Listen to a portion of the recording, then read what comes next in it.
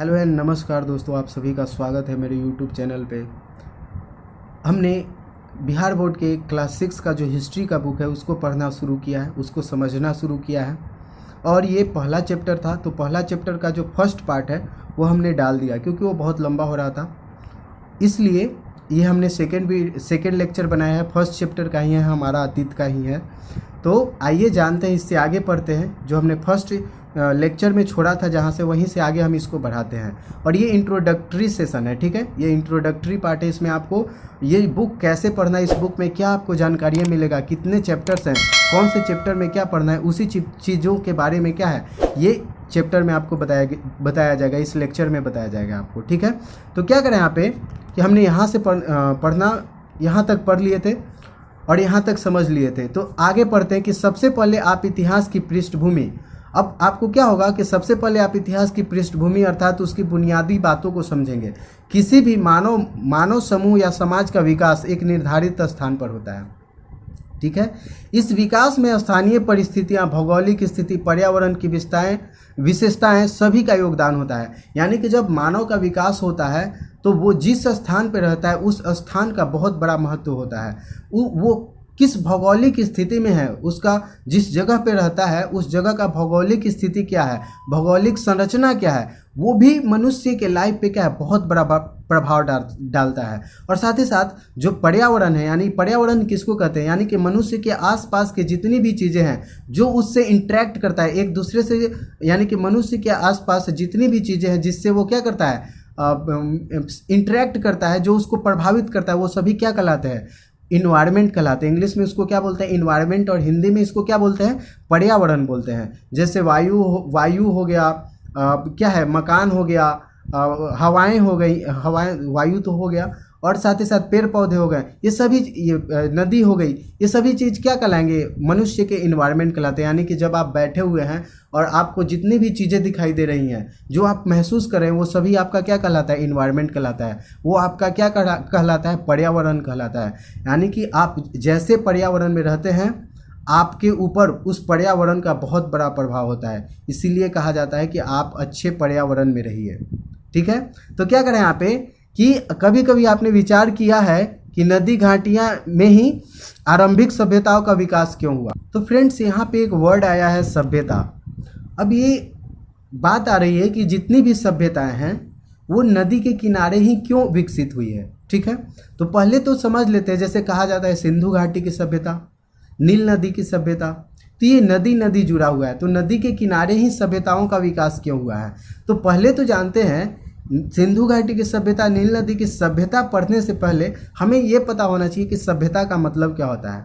तो सभ्यता समझने से पहले आपको ये समझना चाहिए कि सभ्य और असभ्य किसे कहते हैं, सभ्य और गंवार किसे कहते हैं, सभ्य और गंवार में क्या डिफरेंस होता है, सभ्य और असभ्य में क्या डिफरेंस होता है, किसको सभ्य कहेंगे और किसको असभ्य कहेंगे। तो फ्रेंड्स, वैसा व्यक्ति जिसके रहन सहन का एक रूल रेगुलेशन है, वो अपने फैमिली में एक डिफाइंड तरीके से व्यवहार करता है। यानी कि उसके व्यवहार को हम प्रेडिक्ट कर सकते हैं, यानी कि बता सकते हैं कि वो अपने बड़ों के साथ कैसे व्यवहार करेगा, अपने छोटों के साथ कैसे व्यवहार करेगा, अपने गाँव में कैसे रहेगा, अपने समाज में कैसे रहेगा, कैसा कपड़ा पहनेगा, कैसे खाना खाएगा, उन सभी चीज़ों का एक रूल रेगुलेशन है। इस रूल रेगुलेशन के तहत जो व्यक्ति रहता है, यानी कि एक पर्टिकुलर वे में व्यवहार करता है, उनका रहने का एक ढंग होता है, उस व्यक्ति को क्या बोलते हैं, सभ्य व्यक्ति बोलते हैं। क्या बोलते हैं, सभ्य व्यक्ति बोलते हैं। तो आप कहीं पे जाते हैं, जब अपने बड़ों को प्रणाम करते हैं या फिर, तो वो क्या कहलाते हैं, देखिए कितना सभ्य है। और एक ऐसा व्यक्ति है जो क्या करता है कि जिसका कोई जो कैसे व्यवहार करेगा, उसके व्यवहार को प्रेडिक्ट नहीं किया जा सकता है, यानी कि अनुमान नहीं लगाया जा सकता कि क्या व्यवहार करने वाला है। तो वैसे व्यक्ति को क्या बोलेंगे, असभ्य बोलते हैं। क्या बोलते हैं, असभ्य। तो जानवर, जितने भी जानवर हैं वो उनको क्या बोलते हैं, असभ्य बोलते हैं। असभ्य का मतलब क्या है कि जानवरों का कोई क्या वो कैसा व्यवहार करेगा उसको कोई प्रेडिक्ट नहीं कर सकता है। वैसे भी मानव में भी बहुत लोग होते हैं जिनके व्यवहार को आप प्रेडिक्ट नहीं कर सकते, तो वो लोग क्या कहलाते हैं, असभ्य कहलाते हैं। तो एक ऐसा सिस्टम जहाँ पे सभी सभ्य लोग रहते हैं, यानी कि वैसे लोग जो अपना रहने का तरीका विकसित कर चुके हैं, एक पर्टिकुलर वे में रहते हैं, तो उस चीज़ को क्या बोलते हैं, सभ्यता बोलते हैं। यानी कि वैसे लोगों के रहने का स्थान तो वैसे लोग, वैसे सभ्य लोग ज़्यादातर नदी के किनारे ही, ऐसे सभ्यताओं का विकास कहाँ हुआ है, ज़्यादातर नदी के किनारे ही विकसित हुआ है। तो नदी के किनारे ही क्यों विकसित हुआ है? क्योंकि आप ध्यान देंगे कि नदियों के किनारे ही उपजाऊ भूमि का बाहुल्य था। मतलब ज़्यादातर जो सभ्यता है वो नदियों के आसपास ही विकसित हुआ है। तो इसका कारण यह है कि आप ध्यान देंगे कि नदी के किनारे वाली जो भूमि होती है वो क्या होती है, बहुत ही उपजाऊ होती है। साथ ही साथ यहाँ खेती का काम आसान था। क्यों?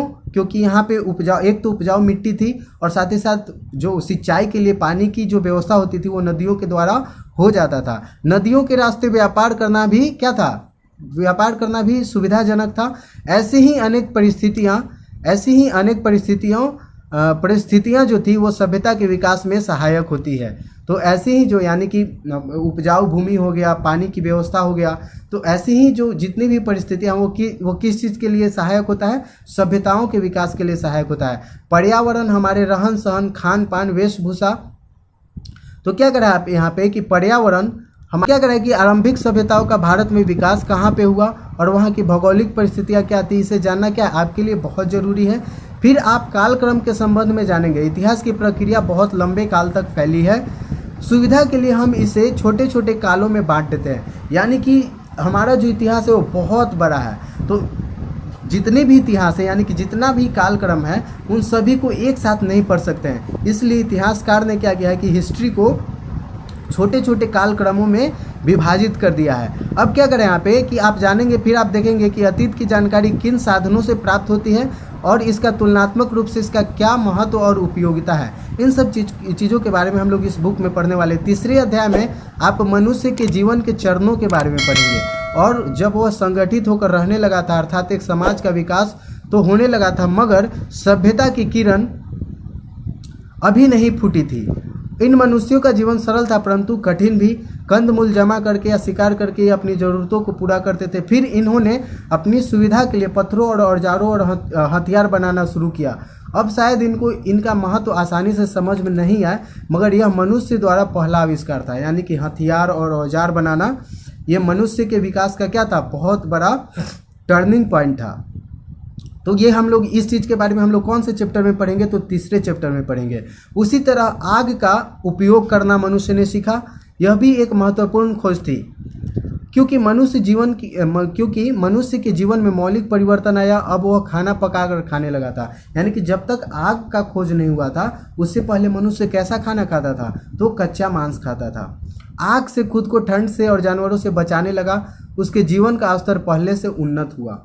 तो पहले ठंड होता था, तो ठंड से बचने के लिए भी मनुष्य ने क्या किया, आग का जब खोज हुआ तो आग जलाना शुरू किया। और हिंसक जो जानवर थे तो रात के समय रात को जब वो लोग सोते थे तो वहाँ आसपास आग जला दिया करते थे, जिससे जो हिंसक जानवर था वो दूर भाग जाता था और उनका जान बचा हुआ रहता था। चौथे अध्याय यानी कि फोर्थ जो चैप्टर है उसमें क्या पढ़ेंगे, तो उसमें पढ़ेंगे संगठित समाज की जीवन शैली को समझ सकेंगे। यानी कि जब मनुष्य संगठित होकर के एक समाज के रूप में रहने लगा तो उसका जीवन शैली कैसे हुआ, यानी कि वो कैसे एक दूसरे से व्यवहार करता था, क्या खाता था, उनका रहन सहन कैसा था, बोल चाल कैसा था, वेशभूषा कैसा था, उन सभी चीज़ों के बारे में हम लोग किस चैप्टर में पढ़ेंगे, तो फोर्थ चैप्टर में पढ़ने वाले हैं। खेती तो मनुष्य ने सीख ली थी, अब पशुपालन, व्यापार और यातायात में प्रगति आई। स्थिर और सुखी जीवन ने सोच और विचार के लिए अवसर प्रदान किया। जीवन के अर्थ और महत्व को समझने, मृत्यु उपरांत जीवन की कल्पना करने की क्षमता बढ़ी। मृतकों के दाह संस्कार के तरीके सोचे गए। मिट्टी में शव को गाड़ने की प्रथा चली, जिसके पहले स्वरूप इस युग में जिसका क्या है, साक्ष्य इस युग में भी मिलते हैं। यानी कि उस समय के लोगों ने दाह संस्कार करने के लिए शवों को जमीन में दफनाना शुरू किया, जिसका साक्ष्य क्या है, अभी भी जब खुदाई होती है तो हम लोगों को वो चीज़ देखने को मिलता है। ठीक है, जो कि आने वाले चैप्टर्स में, फोर्थ चैप्टर में इनके बारे में हम लोग अच्छे से समझेंगे। अब क्या करें यहाँ पे कि 5वें अध्याय में आप हड़प्पा संस्कृति के बारे में पढ़ेंगे। यह वह चरण है जब मनुष्य ने क्या करा है कि यह वह चरण है जब मनुष्य ने अन्य अर्थों में सभ्य जीवन आरंभ कर लिया था। यानी कि हम लोग 5वें अध्याय में पढ़ेंगे किस चीज़ के बारे में, सिंधु घाटी सभ्यता के बारे में या फिर हड़प्पा की सभ्यता के बारे में पढ़ेंगे। और इसी समय मनुष्य ने सभ्य जीवन जीना आरंभ कर दिया था। और क्या करें यहाँ पे कि मगर लिपि विकसित न होने के कारण अपने इतिहास के लिखित साक्ष्य उन्होंने नहीं छोड़े। यानी कि हड़प्पा सभ्यता में वो लोग सभ्य जीवन तो जी रहे थे, लेकिन उस समय लिपि का विकास नहीं हुआ था। लिपि क्या होता है? लिपि जो जिस लिपि ये जो जितनी भी चीज़ें लिखी हुई हैं ये हिंदी में लिखी हुई हैं, तो जो इसके लिए जो साइन यूज किया गया, जो चिन्ह यूज किए गए हैं, यानी कि म अगर लिखना है तो ऐसे हम करेंगे तो ये म कहलाएगा। तो ये जो म है ये क्या कहलाता है? हिंदी भाषा की लिपि कहलाती है। तो जो सिंधु घाटी सभ्यता के लोग थे, उन लोगों का लाइफ तो थोड़ा सभ्य हो चुका था, लेकिन उस समय लिपि विकसित नहीं हुई थी, इसलिए उन लोगों ने अपने बारे में कोई लिखित साक्ष्य नहीं छोड़े हैं। ठीक है, अब क्या करें कि पुरातत्व या जमीन के नीचे गड़ी वस्तुओं की खोज और अध्ययन ने इस संस्कृति की विशेषताएं क्या करें कि अध्ययन से इस संस्कृति की विशेषताएं हम जानते हैं। यानी कि हमें कोई सिंधु घाटी सभ्यता के बारे में कोई लिखित साक्ष्य तो नहीं मिला है, लेकिन जब खुदाई हुई है तो बहुत सी वस्तुएं मिली है, उसी से हम इनके विशेषताओं के बारे में, इनकी संस्कृति और इनकी विशेषताओं के बारे में हम अनुमान लगा सकते हैं। अब नगरों का विकास हुआ। नगर मतलब क्या होता है? शहर, सिटीज को हिंदी में क्या बोलते हैं? नगर बोलते हैं, शहर बोलते हैं। तो नगरों का विकास हुआ। प्रशासन तंत्र, नगर निर्माण का योजनाबद्ध रूप देखने को मिलता है। व्यापार, कला, धर्म आदि जीवन के अनेक क्षणों में मनुष्य ने एक उन्नत जीवन शैली को अपनाया। इन लोगों को लिपि की भी जानकारी थी। अनेक मुहरों पर उनके लेख मिले हैं, लेकिन अभी तक उनको पूरी तरह पढ़ा नहीं जा सका है। यानी कि सिंधु घाटी सभ्यता या फिर हड़प्पा की सभ्यता के लोग अपना लिपि विकसित कर चुके थे, जिनका हमें साक्ष्य कहाँ पे मिलता है? उन लोगों के मुहरों से मिलता है। और ये जो मुहर है ना, उनके ऊपर जो लिपि मौजूद है उनको अभी तक पढ़ा नहीं जा सका है। यानी कि सिंधु घाटी सभ्यता में जो लिपि मौजूद थी, उन लिपियों को अभी तक जो इतिहासकार है वो पढ़ने में सक्षम नहीं हुए हैं कि वो लोग क्या लिखते थे। छठे अध्याय में यानी कि जो 6th चैप्टर है उसमें क्या पढ़ेंगे? वैदिक काल के संबंध के बारे में पढ़ेंगे। और वैदिक युग में बौद्धिक और आध्यात्मिक प्रगति का काल रहा है, और वेदों की रचना हुई जो आरंभ में लिखित रूप में नहीं थे, इसलिए इनके लिए श्रुति शब्द का प्रयोग होता है। कालांतर में इनको लिखा गया। हड़प्पा संस्कृति के विपरीत इस चरण के वैदिक सभ्यता शब्द का प्रयोग किया जाता है, क्योंकि धार्मिक और बौद्धिक रूप से मनुष्य एक उन्नत और परिपक्व और सभ्य अवस्था में जा चुका था। यानी कि अब मनुष्य जो है वो धीरे धीरे क्या हो रहा था? परिपक्व हो रहा था और सभ्य होते जा रहा था। विकास का क्रम चलता रहा और पूर्व वैदिक से लेकर के उत्तर वैदिक काल के बीच में जीवन का सरल रूप ज़्यादा विकसित और जटिल बनता गया। यानी कि मनुष्य का जो लाइफ है वो क्या होते गया? एक तरीके से जटिल होते गया, और मनुष्य सभ्य यानी कि उसके रहन सहन में बहुत बड़ा बदलाव आते गया। 7वां अध्याय यानी कि जो 7th चैप्टर है उसमें हमें क्या पढ़ना है? तो इस चैप्टर में हम लोग पढ़ेंगे कि 7वां अध्याय उस चरण को दर्शाता है जब भौतिक जीवन और बौद्धिक जीवन दोनों में हुई प्रगति का एक समन्वित रूप सामने आता है और राज्यों के विकास का क्रम आरंभ हुआ। और यानी कि 7th चैप्टर में हम लोग पढ़ेंगे कि राज्यों का विकास कैसे हुआ। जैसे मगध साम्राज्य हो गया, कौशल साम्राज्य हो गया, वज्जी हो गया, अवंती हो गया, इन सब राज्यों के बारे में पढ़ेंगे कि इन राज्यों का गठन कैसे हुआ। यानी कि मनुष्य पहले अकेले रहता था, जंगलों में रहता था, धीरे धीरे समाज में विकसित हुआ, समाज से क्या बना? राज्य बना। तो ये कैसे बना, क्या प्रभाव हुए इनके, इन सभी चीज़ों के बारे में 7th चैप्टर में हम लोग पढ़ने वाले हैं। ठीक है, और क्या करें यहाँ पे कि दूसरी ओर धर्म और दर्शन के क्षेत्र में नए विचार उत्पन्न हुए। इन्हीं जैसे बौद्ध धर्म, जैन धर्म के रूप में नई विचारधाराएं उत्पन्न हुई, जिनका प्रभाव भारत ही नहीं विदेशों पर भी पड़ा। इस बौद्धिक विकास के संबंध में आप 8वें अध्याय में पढ़ेंगे। यानी कि जैन धर्म और बौद्ध धर्म के बारे में हम लोग कौन से चैप्टर में पढ़ने वाले हैं? 8वें चैप्टर में पढ़ेंगे। आपको शायद यह पता नहीं हो कि इस चरण में बिहार का क्षेत्र भारत का सबसे महत्वपूर्ण क्षेत्र बना था। यानी कि इसी समय, यानी कि जैनिज्म और बौद्धिज्म के समय में ही, यानी कि जैन धर्म और बौद्ध धर्म के समय में ही बिहार जो है वो भारत के इतिहास में बहुत ही महत्वपूर्ण भूमिका निभाता है। विश्व के प्रथम गणराज्य की और भारत के पहले साम्राज्य की स्थापना बिहार में ही हुई थी। यानी कि ये भी कहा जाता है कि हमारे यहाँ ही, यानी कि जो वैशाली है, वज्जी गणराज्य है, वैशाली वो क्या था? दुनिया का पहला गणराज्य था। गणराज्य का मतलब क्या होता है? गणराज्य का मतलब होता है जिसका मुखिया, यानी कि वैसा राज्य जिसका मुखिया चुना हुआ है। यानी कि जनता के द्वारा जो एक वैसा राज्य, यानी कि जिस राज्य के लोग अपने शासक को चुनते हैं, खुद चुनते हैं, वहाँ के लोग खुद चुन करके अपने शासक को बैठाते हैं शासन करने के लिए, तो उस राज्य को क्या बोलते हैं? गणराज्य बोलते हैं। क्या बोलते हैं? गणराज्य बोलते हैं। इंग्लिश में इसको क्या बोलते हैं? रिपब्लिक बोलते हैं। ठीक है, तो क्या करें यहाँ पे कि बिहार का पहला गणराज्य और भारत के पहले साम्राज्य की स्थापना भी बिहार में हुई थी, जैसे मगध साम्राज्य का स्थापना हुआ था। इसी तरह बौद्ध और जैन धर्म की उत्पत्ति का केंद्र भी कौन था? बिहार ही था। यानी कि जैन धर्म और बौद्ध धर्म की उत्पत्ति भी कहाँ पे हुई थी? बिहार में ही हुई थी। अध्याय 9 में मौर्य साम्राज्य का इतिहास पढ़ेंगे। तो अध्याय 9 में हमें क्या पढ़ना है? मौर्य साम्राज्य का इतिहास पढ़ना है, और विशेषकर अशोक महान की उपलब्धियों से आप परिचित होंगे, जिसने पहली बार एक कल्याणकारी राज्य की स्थापना की और भारत के पड़ोसी राज्यों से मैत्रीपूर्ण संबंध स्थापित किए। आगे चलकर इन्हीं संबंधों से भारत के सांस्कृतिक प्रभाव का विदेशों में विस्तार हुआ। और 10वां अध्याय, जो कि मौर्य साम्राज्य के पतन के बाद भारत की राजनीतिक स्थिति को दर्शाता है, और विशाल साम्राज्य के स्थान पर छोटे छोटे क्षेत्रीय राज्य भारत में स्थापित होते हैं। यानी कि मौर्य साम्राज्य जब फैला हुआ था, तो मौर्य साम्राज्य का जब पतन होता है तो ये मौर्य साम्राज्य छोटे छोटे राज्यों में टूट जाता है। तो इन्हीं सब चीज़ों के बारे में पढ़ेंगे कि मौर्य साम्राज्य क्यों टूटा, मौर्य साम्राज्य का पहला शासक कौन था, मौर्य साम्राज्य का अंतिम शासक कौन था, मौर्य साम्राज्य का सबसे शक्तिशाली शासक कौन था, मौर्य साम्राज्य का पतन क्यों हुआ, मौर्य साम्राज्य क्यों टूटा। इन सब चीज़ों के बारे में 10वें अध्याय में हम लोग पढ़ेंगे, ठीक है।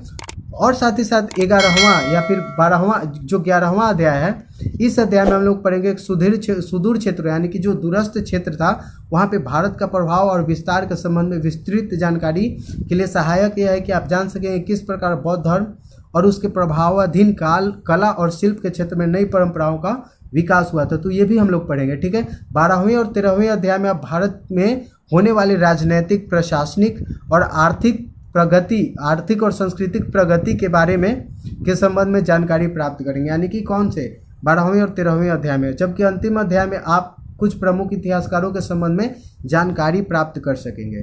तो ये था चैप्टर का, ये जो जितना भी बुक है उसकी एक संक्षिप्त इंट्रोडक्शन था, यानी कि संक्षिप्त परिचय था कि इस बुक में हम लोग पढ़ने क्या वाले हैं।